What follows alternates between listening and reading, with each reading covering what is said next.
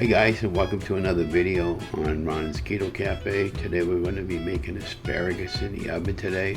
What I got going on here is once I rinsed off and cleaned the asparagus, I wiped it down with a paper towel.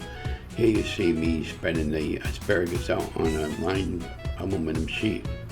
And then we're going to lightly coat it with salt, pepper, onion powder, garlic powder, and everything all to taste. And I'm spraying the tops of them with avocado spray to help cook them a little faster. And then give them a nice coat on when you put them in the oven.